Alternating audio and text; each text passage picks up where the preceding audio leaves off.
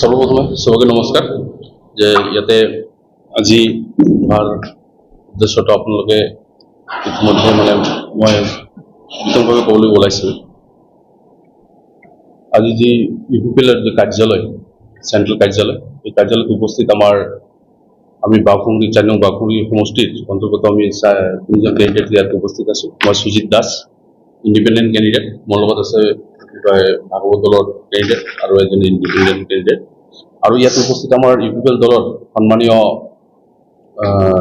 ইউথৰ সন্মানীয় general secretary Phukan Lahiri মহাশয়, ইয়াতে উপস্থিত আছে আমাৰ বাঘুংৰি সমষ্টিৰ আপোনাৰ ভাইচ প্ৰেচিডেণ্ট প্ৰলয় দত্ত, ইয়াতে উপস্থিত আৰু আমাৰ ইউপিপিএল দলৰ সন্মানীয় ব্যক্তিসকল, লগতে ইয়াতে উপস্থিত আছে আমাৰ বিটিএফৰ সন্মানীয় অমল দাস মহাশয়, তেখেত হ'ল জেনাৰেল ছেক্ৰেটাৰী। এইটো ক'ব ওলাইছোঁ, আমি 4 নং বাঘুংৰি সমষ্টিৰ যিটো বিধানসভা সমষ্টি সেই সমষ্টিত আমি প্ৰতিনিধিত্ব কৰিবলৈ ওলাইছিলোঁ। মই এজন নিৰ্দলীয় কেণ্ডিডেট ইণ্ডিপেণ্ডেণ্ট কেণ্ডিডেট আজি প্ৰতিনিধিত্ব কৰিবলৈ ওলাইছিলোঁ। কিন্তু আজি আমাৰ ইয়াতে অহাৰ উদ্দেশ্যটো আমি অকলে নহয়, আমাৰ বঙালী সমাজৰ বাঙালী সমাজৰ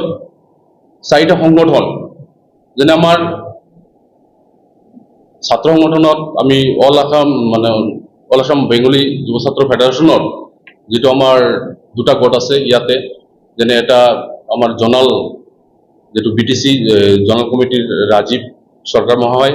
ইয়াতে আৰু এটা গোটৰ কি কয় চেণ্ট্ৰেল কমিটিৰ সভাপতি গোপাল ঘোষ মহাশয়, ইয়াতে আৰু এজন আমাৰ কি কয় বিটিএফৰ সন্মানীয় অমল দাস মহাশয়, ইয়াতে এনলেপিৰ আমাৰ সন্মানীয় ৰঞ্জন চৰকাৰ মহাশয়। তেখেতৰ এটা চিন্তাধাৰা আমাৰ এই 4জন, ইয়াতে আমি 3জন উপস্থিত আছোঁ, 4জন বাঙালী কেণ্ডিডেটক লৈ তেখেতে এটা ডাঙৰ এটা চিন্তা কৰিছে, জাতি কি কয় আমাৰ বেংগলী সমাজৰ কাৰণে চিন্তা কৰিছে যে আমি এই আমাৰ বেংগলী সমাজৰ যিটো ভোট আছে, আমাৰ যিখিনি ভোট আছে এই 4 নং বাঘুংৰি সমষ্টিত, এই ভোটখিনি যদি আমি যধে-মধে আমি 4টা ভাগত বিভক্ত নকৰাকৈ আমি এটা মেজৰিটি ভোট যদি এটা ঠাইত আমি দিব পাৰোঁ, আমাৰ জাতিৰ কাৰণে আমি জাতিৰ কাৰণে আমাৰ কাম হ'ব, বা আমাৰ জাতিটো আগবঢ়াই যদি ল'ব বিচাৰোঁ, তেনেহ'লে আমাৰ জাতিৰ কাৰণে এটা বৃহৎ আমি এটা সাফল্য বুলি আমি নিজকে অনুভৱ কৰিম। আৰু তেখেতৰ এইটো যিটো এটা সিদ্ধান্ত লৈছে, এইটোক আমি একদম অন্তৰৰ পৰা আমি স্বাগতম জনাইছোঁ। আমিও এইটো একচেপ্ট কৰি আজি এই প্লেটফৰ্মত আহিছোঁ। তেখেতে এটা চিন্তা কৰিছে যে আমি যিহেতু 4টা সংগঠন আৰু ইয়াতে আছে আমাৰ এছ চি সংগঠন, যেনে কি কয় আপোনাৰ অনুসূচিত জাতি পৰিষদ, SC ষ্টুডেণ্ট ইউনিয়ন, তেখেতৰ এটা বৃহৎ চিন্তাধাৰাৰ ক্ষেত্ৰত কিন্তু আমি আজি এটা প্লেটফৰ্মত উপনীত হৈছোঁ। আৰু এই প্লেটফৰ্মত অহাৰ উদ্দেশ্য হ'ল মই ইয়াৰ আগতে ছাত্ৰ সংগঠনৰ লগত জড়িত আছিলোঁ। আমি আগৰ পৰাই ইউপিপিএল দলৰ যে মাননীয় সভাপতি প্ৰমোদ বড়ো ডাঙৰীয়া ছাৰ, তেখেতৰ নেতৃত্বত আমি যিবিলাক আদৰ্শ নীতি আমি চাই আহিছোঁ বা আমি পাই আহিছোঁ, বিগত যিটো 5 বছৰত যিটো তেখেতে চৰকাৰ চলাই গ'ল, সেই চৰকাৰ চলাই যোৱা অৱস্থাত আমি আমাৰ এই বৃহত্তৰ জাতিটো বা আমি এটা অনুভৱ কৰিছোঁ, যদি আমি আগন্তুক দিনত যদি আমি এটা আমাৰ জাতিৰ স্বাৰ্থত যদি কিবা এটা চিন্তা কৰিব লাগে, এই ইউপিপিএল দলৰ লগত থাকি আমাক কাম কৰিব লাগিব। আৰু এইটো আমি হয়তো নিৰ্দলীয় হিচাপে প্ৰাৰ্থী হিচাপে আমি প্ৰতিদ্বন্দ্বিতা কৰিব ওলাইছোঁ, কিন্তু এইটো আমি আকৌ আমাক এই আমাৰ জাতীয় সংগঠনবিলাকে আমাক এটা অনুভৱ আনিছে যে আমি আগন্তুক দিনত আমি যদি জাতিৰ স্বাৰ্থত কাম কৰিব লাগে, আগন্তুক দিনত যদি আমি জাতিৰ স্বাৰ্থত কিবা এটা কৰিব লাগে, আমি এই ইউপিপিএল দলৰ লগত থাকি আমিহে কৰিব লাগিব। আৰু এই উদ্দেশ্যে আজি আমি